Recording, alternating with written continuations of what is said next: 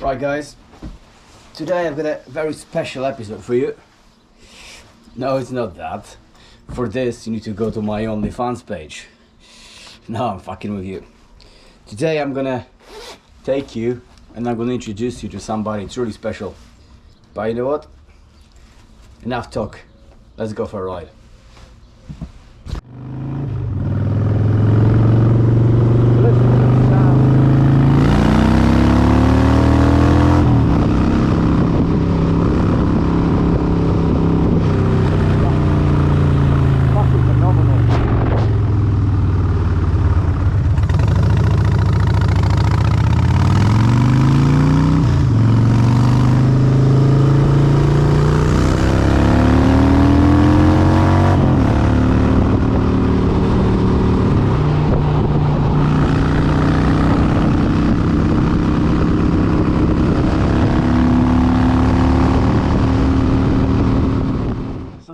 This is Mackie, and I'm Mackie's old buddy. I've known him for a long time. He's a great guy. Me, well, we want to talk about motorcycles. Been with them a long time. I'm now pushing 80, my next birthday, and I started riding when I was 11. I was lucky. There's airfields and things like this, but just gone and got an old motorcycle down to the petrol station, half gallon fuel, and afternoon's fun. And I did that for 4 years before I got on the roads and everything. Then I started seeing these fantastic motorcycles going around. And I got hooked into racing as well. Because I was pretty fair at playing with motorcycles, I sort of taught myself to know what to do. What was a push rod, what was a camshaft, what was valve springs, all these sorts of things, and why they work. That's the main thing, why they work. Eric, let me stop you. Guys, this is Eric, the most amazing person I've ever met. Hello, my friend. How you doing? I'm fine, Mackie. I'm in my cave, you know, with all these toys. Come and have a look around the toys, guys. Show us. Come and have a look around the toys. Show us. Well, right. This fella here. Fellas, what you got here? What is it? It's a 1956 Tiger 100. This was probably the most iconic of trials because of this nacelle. And this is what you saw when you saw Marlon Brando draped over his bike with his flat cap on. The wild one. The wild one. I saw that film when it first came out. I bet you did. Anyway, got this Tiger 100. The whole frame's been powder coated and everything. All the paintwork's been redone. The blues, the blacks, the greys. We're keeping everything standard. The wheels have all been rebuilt, brand new spokes, brand new rims, brand new tyres. So I'm slowly in the process of getting the things together. But this is the tinware, this nacelle. And to get this right and to get the bars to fit correctly and to get the cables all neat, it takes a lot of time and patience. But there you go, that's what I do, you know, 3 hours just to fit a couple of screws. But that's me. Yes, and I mean, that already looks beautiful. I've seen your bikes before. We're gonna have a look at a couple ones over there, but couple more months, you reckon they'll be back on the road in its former glory? If I could get to it and just sit and play with it, maybe about 4 or 5 days. 4 or 5 days. But it's time. Yeah. I mean, I started life, I was lucky. I got an apprenticeship with a big company called Baker Perkins. And they gave me the wherefore and everything of how to learn to use hand tools, to drill, to tap, to file, to machine, to mill, to turn. The proper way. And this was my basis. As you can see there, I've got a lathe over there, a Myford lathe. Very, very good, fantastic little piece of kit for doing all that. It's not doing much at the moment, it's just covered in rubbish. I'm afraid I'm a rather untidy guy. But they reckon all artists are like that. If you look at an artist, there's a palette, it's just a mishmash of colours. That's true. Well, as you can see, mishmash of bikes, mishmash of tools, everything. However, let's look at this bike over here, this Velocette Venom. Oh yeah. Now this bike here, I first bought one in 1964. 1964. It was a How old were you back then? I was then in 64, I was 16, 19. 19. I was 19 years of age, and I fancied this Venom because they were the bikes to have. A 500cc square motor, 86 bore stroke, all needle roller bottom end, and a beautifully engineered piece of kit, that engine. It is beautiful. And when I bought it, then it cost me £80. But that was a lot of money back then. Well, at the time, Must have been. I was probably earning about £12 a week as an apprentice. Yeah. You know, as an apprentice. But you know, then I came across being able to get one again, and this one costs a little bit more than £80. I bet. But it's a lovely machine. You have to know how to start a Velocette. You cannot just go up to it and kick it. You've got to position the engine, get the compression right, get it just off compression, then boot it. Don't play with it, otherwise it'll kick you and send you over the bars. Science to everything, Eric. And behind it we have a bike. It's called a Royal Enfield 350 Model G. Yeah, we were racing that the other day, weren't we? Well, that's a 1953 motorcycle. It was a workhorse of the day. Nobody loved it. They nicknamed them Griselda, because Griselda was allegedly an ugly person. But I must say, this particular bike, it's got a certain bit of magic about it. It's a rigid rear, teleforce front, but those huge springs on the seat make the ride fantastic. There's nothing ugly about it, I'll tell you this much. No, it's, now you look at it, it's a nice piece of art. You know, you look at the things like the carburetors. It's all nicely made, all brass fittings and everything, brass taps, solid fuel pipes, lovely. And this was a quirk of Royal Enfields. Only Royal Enfields didn't matter which gear you're in, thump that and it bangs you into neutral. This is called a neutral finder. This one here? Yes, this thing. That's what that is. It's a neutral finder. I didn't know that. Yeah, that's what that is. The only motorcycle that's ever had them. Why? But, I mean, I'm used to just pedaling up and down through the gearbox. It probably came in handy. Makes sense back in the day, I guess. But, well, They've done it for a reason. that's what they do, Mikey, you know. I mean, these levers. Now then, when you get on your modern day motorcycle, you just turn the ignition key and you press the button. Yep. Boom! Off it goes. Off you go. You come to this thing when it's cold. Fuel on. You might give it a little tickle. There's a little thing in this on this carburetor. That thing I'm pointing to right there. Yeah. That depresses the float and floods the carburetor, which lets have neat fuel. Once you've done that, then you probably close this one as the air lever. It's a choke. It throttles it stops the mass of air getting into the engine. Then when you've set that, you go to this one. Now this is the ignition, advance and retard. Now you need to get this somewhere about right, because if you don't have to kick it quite right, it'll belt you back because it's too far advanced. So you advance it as far as you dare, because the further advanced you get, the easier they are to start. They don't quite like being retarded, but they're no good. Now the Velocette, this one, it has a particular knack. We'll start this. It Okay. has a particular knack of starting. Show us. So you turn everything on, man. This one has the luxury of having automatic advance retard. But a Velo, this has an extra lever here. It's called a decompressor. Lifts the exhaust valve so you can turn the engine over, because they're quite strong. Get on compression, you rock it over, now you give it a good belt. Nearly.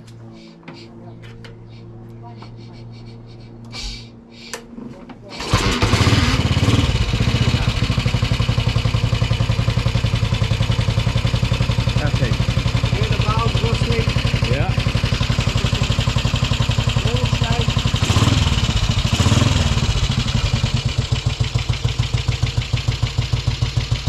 That's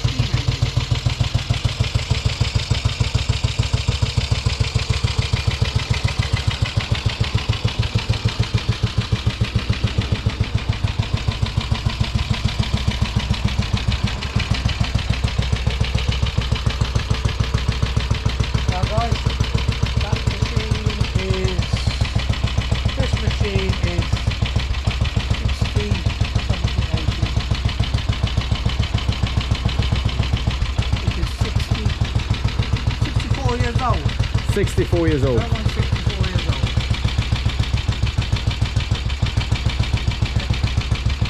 Would you like to see some more toys? Go for it. Okay, we'll stop this one. It's fun enough.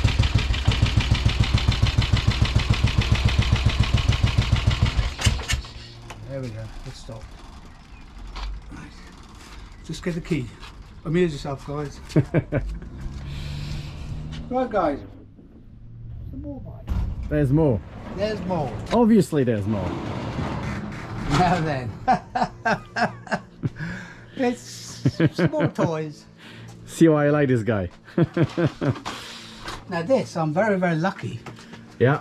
is my wife's motorcycle. Just a minute. Oh yeah, about that, Eric. You're 80 years old right now. Yes. You got married 2 years ago? Yes. Last year? Was it last year? 2 years ago? Yes. And what did you do on your honeymoon? We'll be doing a honeymoon. Yeah, what did you do?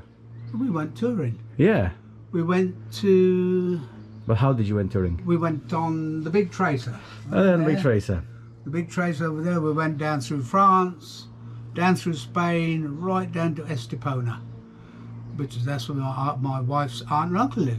Of course, while we're there, we're riding around all over these fantastic roads and everything. Then when we had 10 days there, we rode around the coast, all past Cartagena, and we rode right up to Barcelona, and we had a good run around there. Good little lovely city, Barcelona, beautiful city, right through Barcelona, then over the Pyrenees, Alps or whatever they're called. And you Back down rode to you rode two up because your wife rides Oh, a bike yes, as well. yeah, but she But you won't- rode two up. She won't ride that far. She's good. I mean, she's fantastic. But when you consider how long she's been riding bikes, but now this. Guys, listen to this. If you any of you thinking of having an excuse of jumping on your bike and taking it for a month riding in Europe somewhere, Eric is 80 years old. On his honeymoon, he took him and his wife on the back of a bike for 30 days or more than that. Yes, 30 days. 30 days. That's around about a 4,000 mile round trip, 4,000 miles, and they've done it. and she loves it. Absolutely loves it. This year on the cards is Croatia, but that is after we go to the Isle of Man TT. Again. That's Again. The motorcyclist. Again, I first went in 1966. That's it. And I've seen such a lot of different racing motorcycles, and I just love motorcycles. Oh no, you think? This boy here, this was the iconic Cafe Bar Cowboy's dream, the 650 Triumph Bonneville. Yeah. As you can see, twin carburetor, display port head. This one I've been fiddling around, put electronic ignition on it. But otherwise, apart from that, if you look at the speedometer and the rev counter, they don't flow like your modern day things. They click because they're like a clock inside. Yeah. There's actual balance wheels, and your rev counter flicks around and your speedometer flicks around, and that's how they work. And under there, what comes up is another black Bonneville. No, really? Yeah, 1972 Bonneville there. That's all covered. You can just drag that off and you can have a look at her. She's in not bad shape as well. There we go. There she is. There's another toy. I'm very, very lucky. Yeah. Very, very lucky. Then over here, There's your Tracer, and this is my Tracer. This is the good old workhorse. this is the honeymoon bike. This is the honeymoon bike. This Yeah. is the do-it-all bike. The bike we go chasing all of the Isle of Man, chasing all over Spain, France, Italy. When It's been everywhere. when I first met you, Eric, you had the Tiger 800, Yes. exactly the same as I've got. Yes. Yeah. Yes. But as I say, I'm advancing in years, and No, Tiger, I wouldn't give beautiful, beautiful machine. I wouldn't give you any more than 79 maybe. But it tends to be a bit top heavy, you know. When you've got a bloody great coffin on the back, huge top box and everything, with all pillion. the wife's kit in, then the pillion, all that. Handling things around tight, uphill hairpin bends gets a bit tricky. Yeah. But it's things you have to do, you know. You have to. Now this machine under here, I might be able to show you. You're running out of room, Eric. Pardon me, but, You need a bigger space. but this. I'm not going to ask you to get rid of the bikes because that would be blasphemy. Oh, anybody want any panniers? Got panniers now. They came with a tracer. Now this is this bike is a Norton Dominator. Now then, I know my motorcycles. Really? I saw it advertised as a 1957 Norton Dominator. It was in the Isle of Man. So I had my friend go and have a look at it. He said, yeah, it is. The paintwork's all a treat. It's bloody beautiful and everything. So I said, okay, I paid for it and had it shipped over. Well, when I got it here, I thought, I don't know 57 Dommy. Because that tank and this seat and that frame, it's known the slimline frame. It's not the normal wide line featherbed, it's the slimline frame. They came out in 61. So therefore I know that's incorrect. The motor is an 88 SS bottom half. That came out in 61. So it's quite a mishmash. I suppose the only bit that might be 57 is the front forks. But another lovely bike. I haven't ridden it for a while, but I could drag that out, give it a blow through, tickle it up, and I guarantee you it'll start and run. Nice. Now the more modern bikes, this thing's got electronic ignition on it. And the black box have gone for a Burton. So that's why I've just lumped it down and left it. Sacrilege, you're all saying. Sacrilege. But hey, it will get done, it will run again, it will live again. I'm sure you will. And I think I'll be selling this one because I'm not really in love with this one. You have to love bikes. I have bikes I love. I have bikes that, you know, is a bike. And to me, that's the proper Bonneville. This one here, the blue one. That is the proper Bonneville. This one, they put the oil in the frame. It's a lot taller. I have to say, the engine is nicer. That's the nicer engine of the two. But for the overall effect and what edge you've got, that's the bike. That's the Bonneville. So guys, there's a little potted hit. Oh, before we go. Oh. This is a little Z400 Kawasaki that my wife has. Yep. Now, for a fun machine, I never thought I'd say this. I mean, I've had Aprilias, I've Millies, I've had Tuonos, I've had Blackbirds, Phaser Thousands, all the hefty stuff. You were on the racing circuit back then, weren't you? Oh, forgot that one. Yeah. But however, this is a little Z400. Wow, what a lovely little machine. You can do your bollocks on it. And as for racing, yes, I got sidetracked, but when I was mechanicking and everything, this guy comes up and he says, you appear to know a little bit about motorcycles. He says, I race cyclographs. He says, I prepare all my engines. He says, but I have two. One's powered by a Manx Norton for the 500cc class, and one's powered by a 650 Triumph engine. So they take a bit of looking after. Would you like to help me? Yeah. And his name was Brian Lamb. So, however, I used to go and help Brian with all these bikes. We used to spend our nights in the shed, bugger off down to right up to Bryce Norton Way. It's called Castle Coombe. That was the first place I got in the sidecar. Wow, that was an experience. Everybody saying, because I was a mechanic, everybody saying, go on, Eric, have a go in the sidecar. I said, no. Go on, have a go. I thought, all right, so I went and put the leathers on. And we're in the warm-up area. And oh dear, I think I need the toilet. So off I goes and has a look. Oh my God. No. Anyway, back in the sidecar. And do you know, 30 yards down that track, hey, this is brilliant. Round one corner getting covered in rubber and smoke, and then round another corner getting covered in fuel flying out the carbs. Wow, what an experience that was. So that guy, Brian Langer, did a lot for me. But I was a passenger for him, but I was mainly the mechanic. One thing we never did the TT, but Brian in those days was a shoestring racer. We used to have a thing called a Bedford Dormobile, which is our race transporter. None of you know what that is. But it was quite a small van. Probably the size of a Transit Connect. Yep. Then a trailer.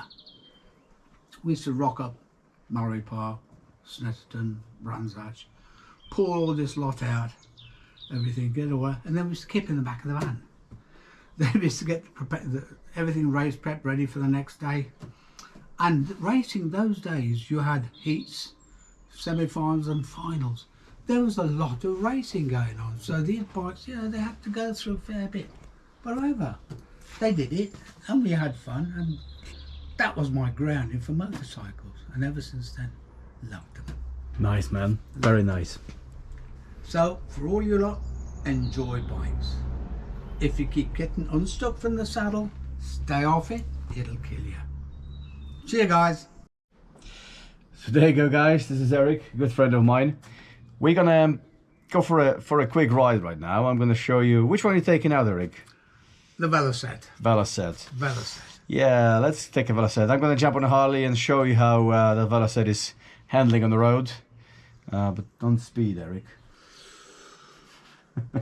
Incidentally, Velocette. The Velocette Venom, it holds a record that has still not been broken. It is the only 500cc machine that has travelled for 24 hours at over 100 miles an hour. This thing. That Venom.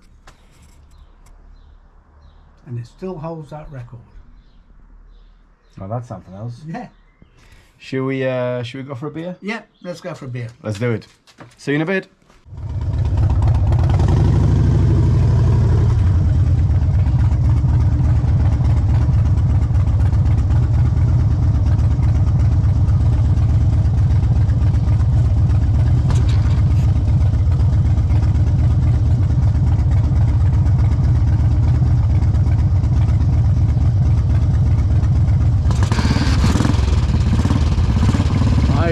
Off you go, my friend.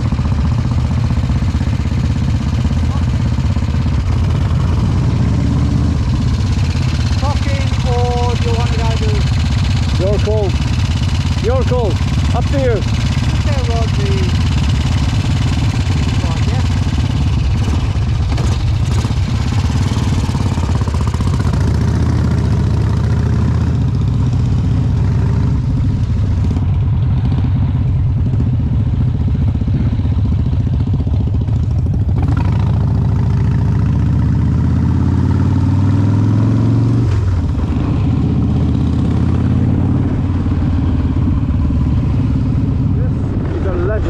Ladies and gentlemen, 8 years of experience, mechanically racing, everything.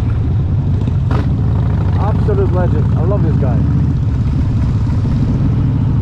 He's one of the nicest guys you've ever met.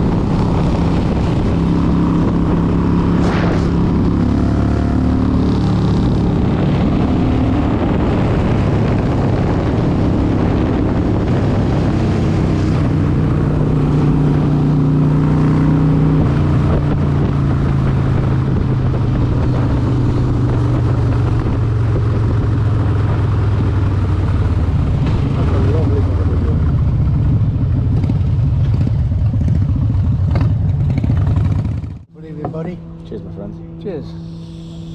Well, amazing what buying a house does. Yeah, Making guys, friendships. that's it. This is a story and a half. So it was about 3 years ago, or just over 3 years ago, something like this. Yeah, something. I was in the market to buy a house, my first house, and as you do, you go for different viewings and all that.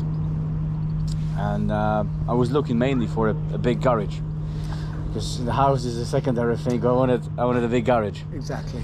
Yeah, and I found this house with a big garage, you know, near enough double garage, and I'm like, I'm gonna have a look at it. It was in my price range, so, and it was local. So I turned up at the driveway in my Dodge Ram, American pickup.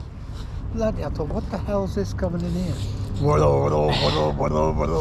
Bloody crap, I thought blinking Mr. T had arrived. Yeah.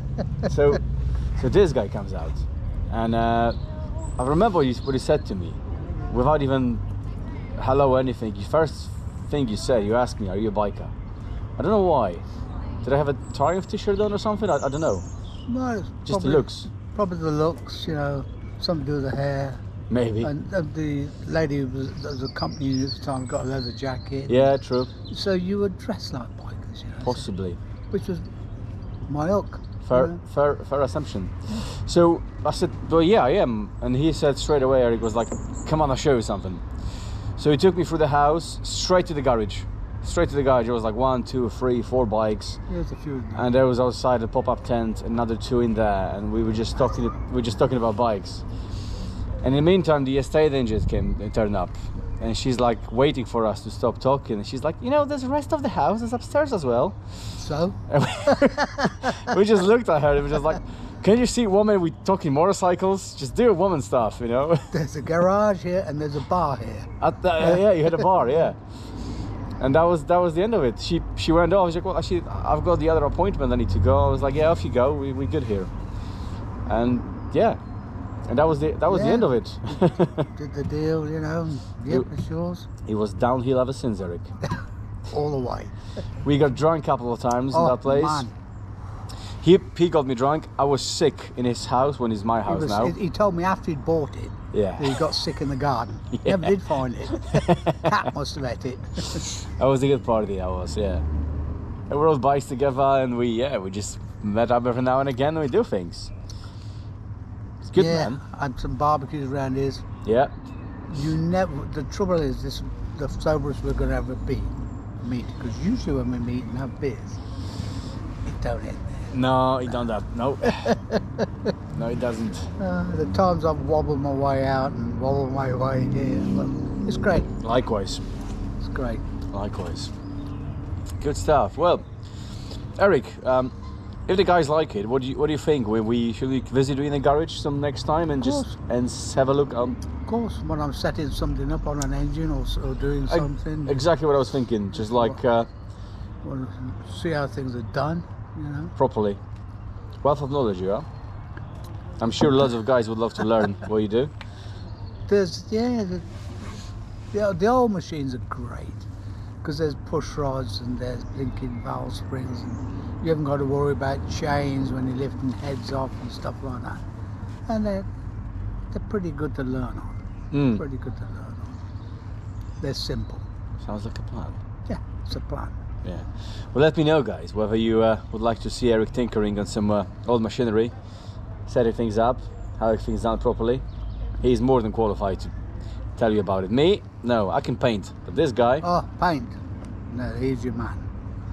He is your man. Painting. I've painted your bike, haven't I? Yeah, the Yeah, Triumph. painted the Tiger. Yeah, the Tiger. 500, Yeah, that was a good one. I've had a few bikes in my time.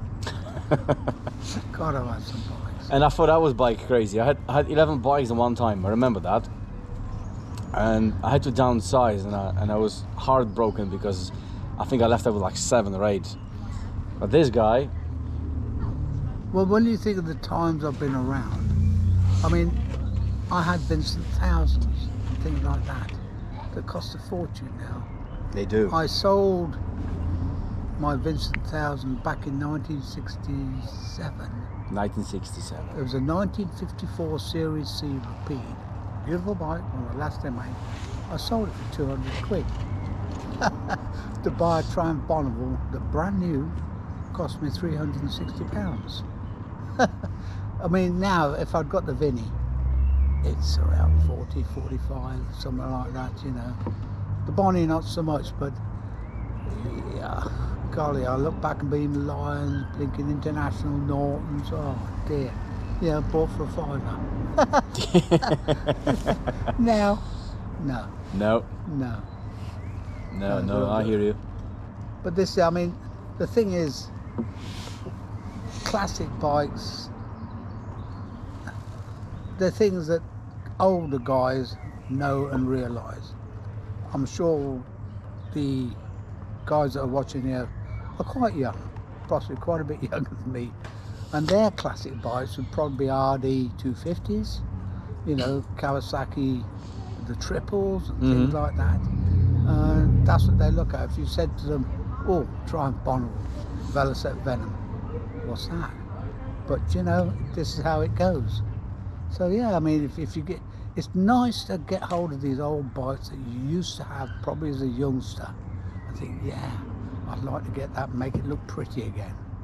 That's basically what I do. But also, I do get a certain kind of thrill of riding, because riding an old bike, it's not quite as easy as the bikes you have nowadays. The ones you've got now, they are fantastic machines.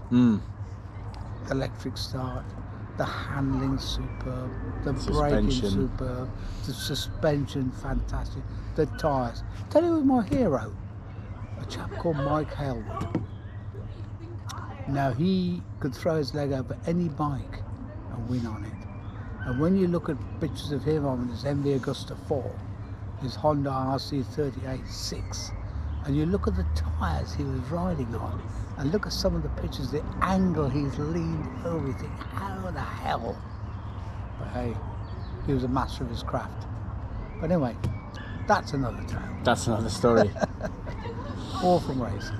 Yeah? Eric, thank you very much for talking to us today. My pleasure. I just hope somebody gets something from this and enjoys my ramblings. But I do ramble, I know, but however, enjoy, guys. Enjoy your motorcycles. Guys, drop us a comment on the section below. See if you want to see more of Eric and what he does with his bikes. If you do, I'll definitely visit him again. Cheers, guys. Cheers. See you later.